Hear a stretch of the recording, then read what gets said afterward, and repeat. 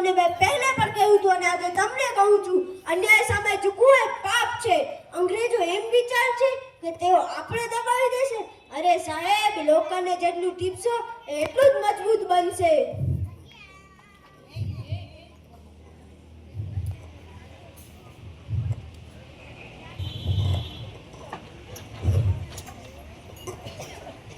વિખરાયેલા મણકાઓને એક સૂત્રમાં પરોવ્યા મેં, વિખરાયેલા મણકાઓને એક સૂત્રમાં પરોવ્યા મેં.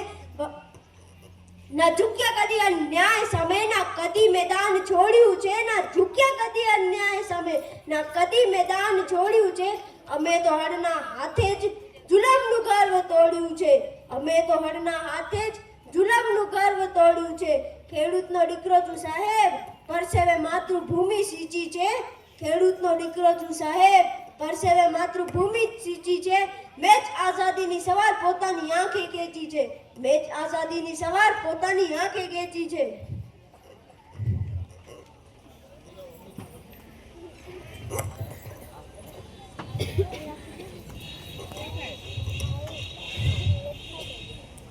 લોકો મને પૂછે છે, વલ્લભભાઈ તમે આટલા કઠોર કેમ છો? તો સાંભળો, ખેતરનો રખેવાળ જો નરમ હશે તો પશુ આખું ખેતર ચરી જશે. જ્યારે હું લંડન ભણતો હતો ત્યારે મારી પાસે કોઈ સુવિધા નહોતી, પણ મનમાં એક જ ભાવ હતો. કોર્ટમાં વકીલાત કરતી વખતે મારી પાસે મારા પત્નીના અવસાનની ટેલિગ્રામ આવી. મેં તે ટેલિગ્રામને ખિસ્સામાં મૂકી અને કેસ લડવાનું ચાલુ રાખ્યું. કેમ? કારણ કે વ્યક્તિગત દુઃખ કરતા કોઈ નિર્દોષનો ન્યાય વધુ મહત્વનો હતો.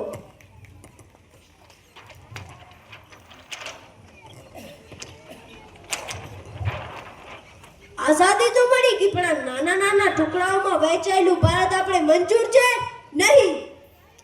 નહીં. હૈદરાબાદ હોય, જુનાગઢ હોય કે કાશ્મીર, આ બધે ભારત માતાના અંગો છે.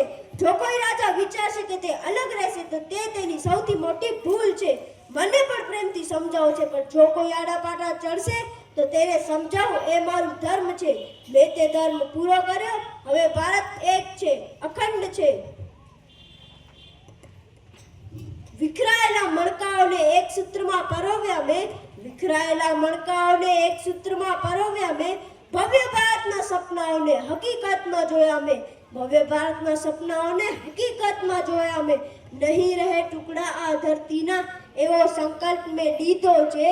નહીં રહે ટુકડા આ ધરતીના એવો સંકલ્પ મેં લીધો છે. મેં લોખંડી પુરુષ બનીને અખંડતાનો મંત્ર દીધો છે. મેં લોખંડી પુરુષ બનીને અખંડતાનો મંત્ર દીધો છે.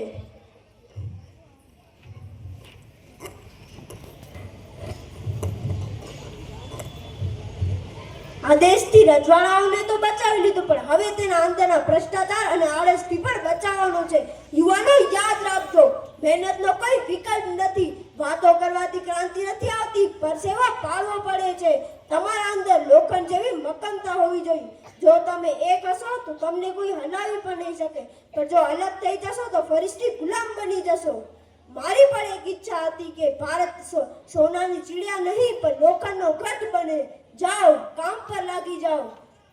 હું રહું કે ના રહું, આ દેશ અખંડ રહેવો જોઈએ. હું રહું કે ના રહું, આ દેશ અખંડ રહેવો જોઈએ. દરેક ભારતીયના દિલમાં એક જ સ્પંદ રહેવો જોઈએ. દરેક ભારતીયના દિલમાં એક જ સ્પંદ રહેવો જોઈએ. હિન્દુ, મુસ્લિમ, શીખ, ઈસાઈ દરેક એકતાની શાન છે. હિન્દુ, મુસ્લિમ, શીખ, ઈસાઈ દરેક એકતાની શાન છે. મારું ભારત મારું ગૌરવ જાન છે. મારું ભારત મારું ગૌરવ જાન છે. ભારત